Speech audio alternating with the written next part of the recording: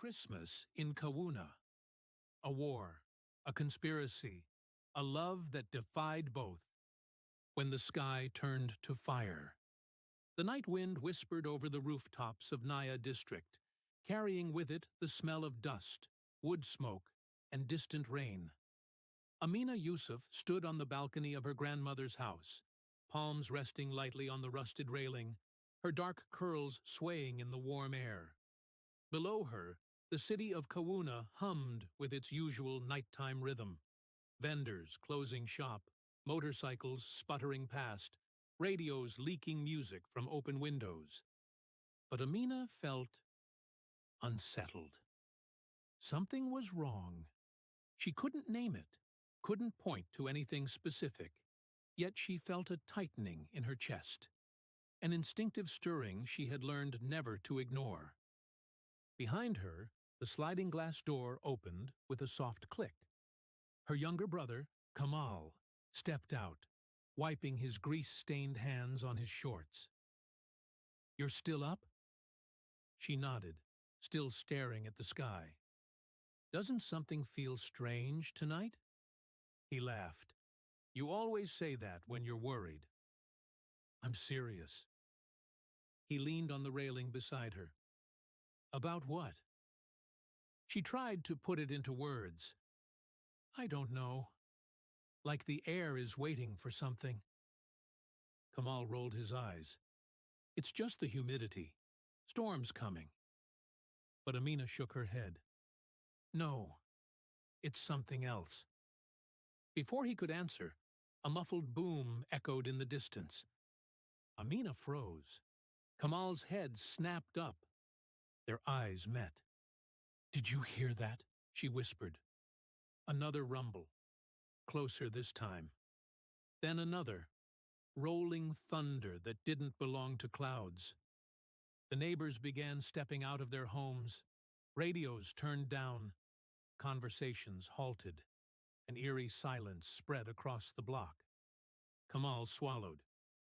"What is—" Amina cut him off. "Look." Lights appeared in the sky. Dozens of them. Tiny glints at first, then growing brighter, descending, spreading, humming with unnatural precision. Kamal whispered, voice trembling, "Those aren't stars." They weren't. The fleet of aircraft pierced through the clouds, sleek, metallic, ominous, engines droning like a monstrous swarm. At least 30 jets, flying in tight formation, gliding toward the heart of the capital. Amina's breath caught. No, no, this couldn't be happening. Not here. Not now. Behind them, their grandmother stepped outside, her walking stick tapping against the tile. "Amina, what is—" Her voice was swallowed by the roar of engines. Someone in the street screamed, "They're not ours! Get inside!" The panic spread instantly. Doors slammed. Children cried. Men shouted. The first missile dropped. A fireball erupted across the ridge, a bright, terrible flower blooming in the night, followed by a shock wave that rattled windows and sent car alarms wailing. Amina stumbled back as the balcony vibrated beneath her feet. Kamal grabbed her arm. "Inside! Amina! Go!" But she couldn't move. She stared at the ridge, now engulfed in flames. A second missile flew. Then a third. Each detonation tore another chunk from the mountainside. Another blast shook the city. Her grandmother clutched her chest. "Ya Allah, protect us!" Amina snapped into action. "Inside, both of you! Go!" They fled into the house as another explosion lit the sky behind them, turning night into a horrible orange daylight. Sirens erupted across Naya district. Military trucks raced by. Screams echoed through the streets. Kamal turned to her, face pale. "Why would the United Dominion attack us? We're not at war!" Amina grabbed his hand tightly. Something is very wrong, and I think this is just the beginning. The same night, 27,000 feet above Kawuna. Lieutenant Ethan Ross gripped the controls of his fighter jet as it shook with violent turbulence. "Squadron 3, maintain formation," his commander barked through the headset. Ethan hissed, "Hard to maintain anything in this storm." Then the anti-aircraft fire streaked across the sky like red lightning. "Shit!" Rounds exploded past his cockpit. The sky lit up with tracer fire. "Command, we've got ground batteries active. Repeat, ground batteries are live." Static. Then, "Proceed with primary objective." Ethan's jaw clenched. "Primary objective? Those aren't enemy signatures. Kawu has no active AA sites." Something was wrong. Very wrong. Behind him, his co-pilot shouted, "They're locking onto us again." "Hang on!" He banked sharply. A missile shrieked past, missing them by inches. Another fired. This one hit. The jet spun out, metal screaming, alarms blaring. Ethan yelled, "Eject! Eject!" But it was too late. The ground rushed toward them. The jet smashed into the outskirts of the city in a violent eruption of sand, flames, and twisted metal. Back in Naya district, the explosion thundered across the district like the wrath of God. Amina felt it before she heard it. A tremor rattling her bones, a gust of heat brushing past her face. "A plane!"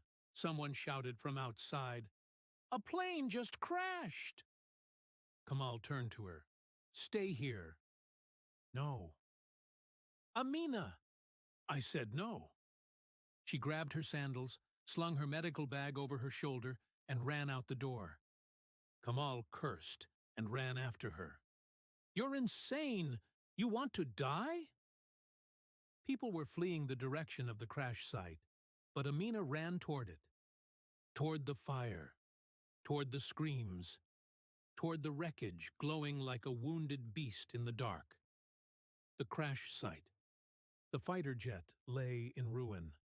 Flames danced across the broken wing. Ammunition popped like exploding kernels. Amina scanned the wreckage frantically. "Is anyone alive?" A faint groan answered her. She rushed to the cockpit, where a man lay half-conscious, his face streaked with blood, his helmet cracked. He opened one hazy blue eye. "Am I dead?" "Not yet," she whispered. She smashed the cracked canopy with a steel rod until the glass split enough for her to reach him. He winced as she pulled him out, his breath ragged against her shoulder. "You're not military," he murmured groggily. "You're a civilian." "Good observation," she snapped. "Now shut up so I can save you." His lips twitched. "You're bossy. And you talk too much." She dragged him away just seconds before the jet exploded behind them. The shock wave sent both of them tumbling to the sand. Amina rolled onto her back, coughing. The soldier groaned beside her. "That was close." She stared at him, tall, muscular, eyes startlingly light.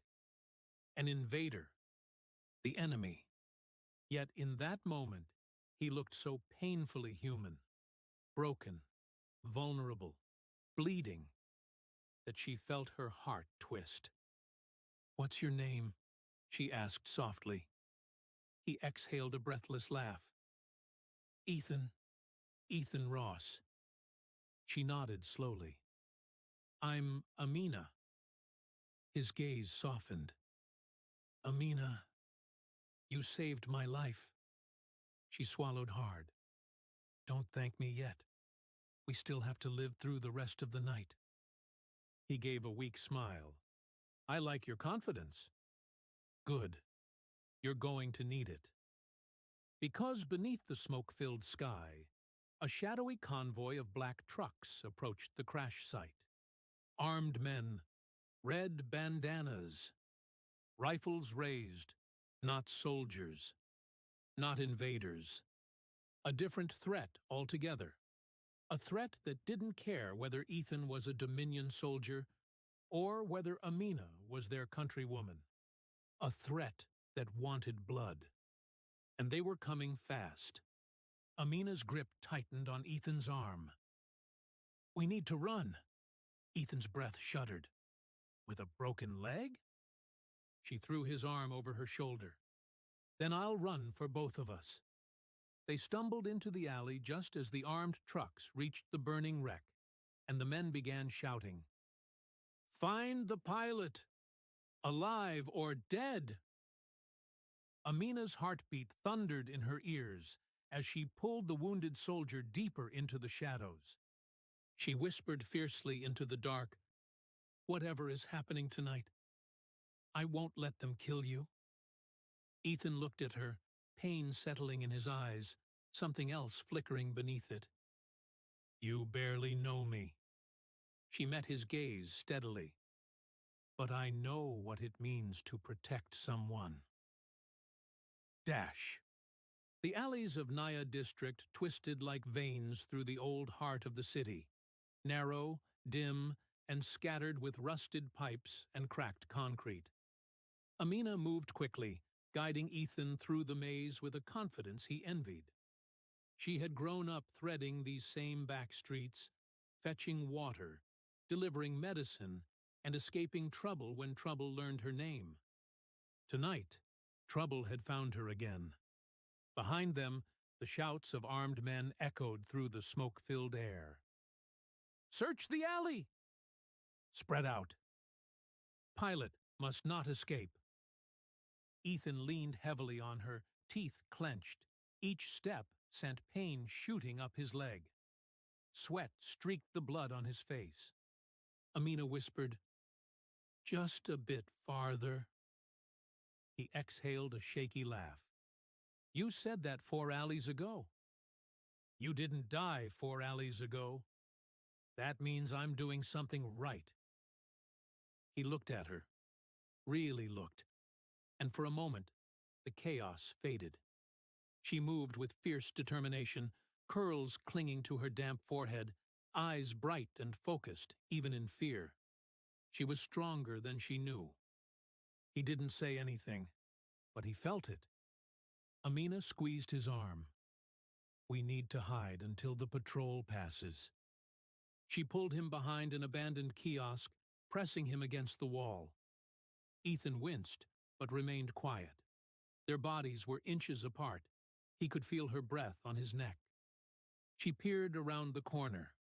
5 men marched past with their rifles raised, red bandanas tied around their arms and heads. The Red Crescent Front, one of the most feared militias in Western Kawu. Amina's jaw tightened. "They shouldn't be here," she whispered. "Naya has always been neutral ground." "Who are they?" Ethan murmured. "Killers," she said simply. He swallowed. "Enemies of your government?" "Enemies of everyone." Her voice hardened. "They burn villages, take children. They thrive in chaos." He watched her, saw the shadows flicker over her expression. "They're the ones who did something to you." It wasn't a question. It was instinct. Amina didn't look at him. "They've hurt many families. Mine isn't special." But Ethan knew there was more behind her words, a wound deeper than she would admit. She gave him a firm look. "Let's go." They slipped deeper into the maze of worn, ancient alleys. Amina guided Ethan to a narrow door, half concealed behind a torn tarp. She tapped twice, then once, then twice again. A metal slot slid open. A male voice snapped, "You're late, and foolish, and—" His words cut off when he saw Ethan. Amina, he growled, you brought a Dominion soldier to my door. She pushed Ethan inside. Hello, Juba. Good to see you, too. Her older cousin Juba, broad-shouldered, perpetually irritated, and infamous for smuggling half the city's young men out of danger, glared at her. You are unbelievable, he muttered. Do you know what the militia will do if they find him here? They'll hang us from the roundabout. Ethan raised a hand weakly. If it helps, I'm not in the best killing condition right now. Juba glared harder. You're not helping. Amina snapped. He crashed. He was going to die. I couldn't leave him. Juba threw his hands up. You couldn't leave him? Amina? He is the reason the sky is on fire. She turned sharply. No, he's a soldier in a war he didn't start. Ethan looked away, guilt twisting inside him. Juba continued. Do you know the Dominion bombed 3 villages tonight? Do you know how many families? Juba, Amina said softly. Stop. He studied her face, saw the determination there, the same fire that always frightened him because it reminded him so much of her mother's. Juba sighed and rubbed his face. Fine. One night. Only one. Amina nodded gratefully. Ethan tried to stand straighter. Thank you. Juba scoffed.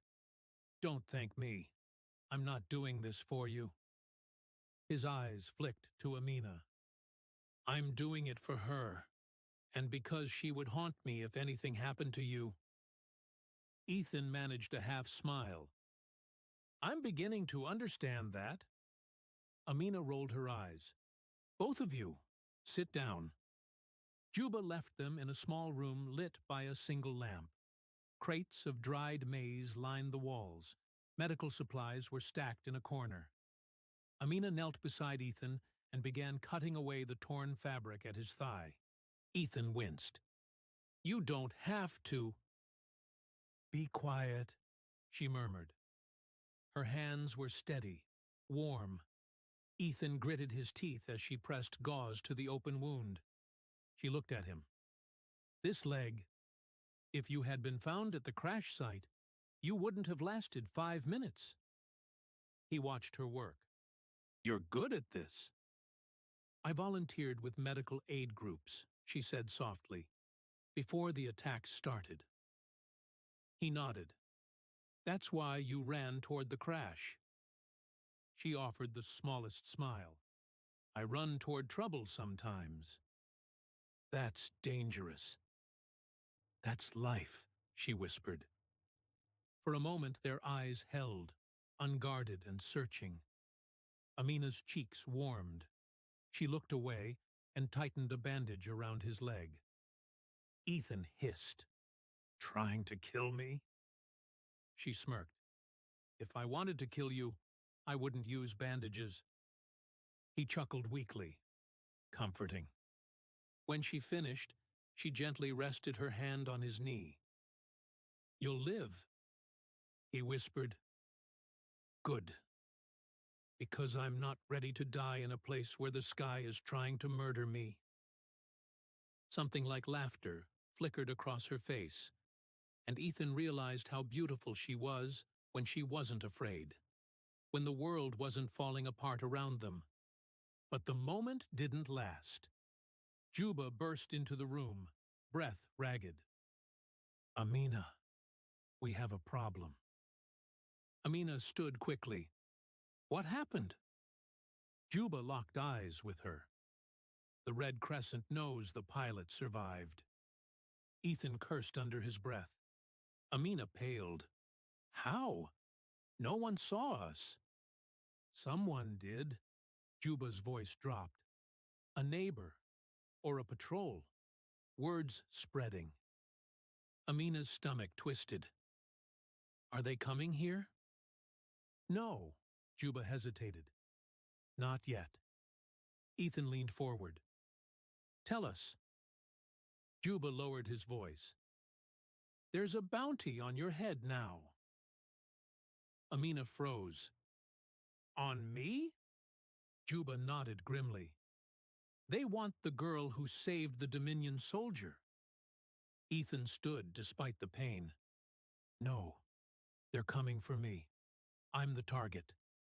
Juba snapped. You don't understand these men. They'll kill you. His gaze locked on Amina. But they'll torture her. Amina felt the room tilt. Her throat tightened. Ethan swallowed hard. This is my fault. No, she said sharply. You didn't ask for this. Juba paced. You both need to leave now.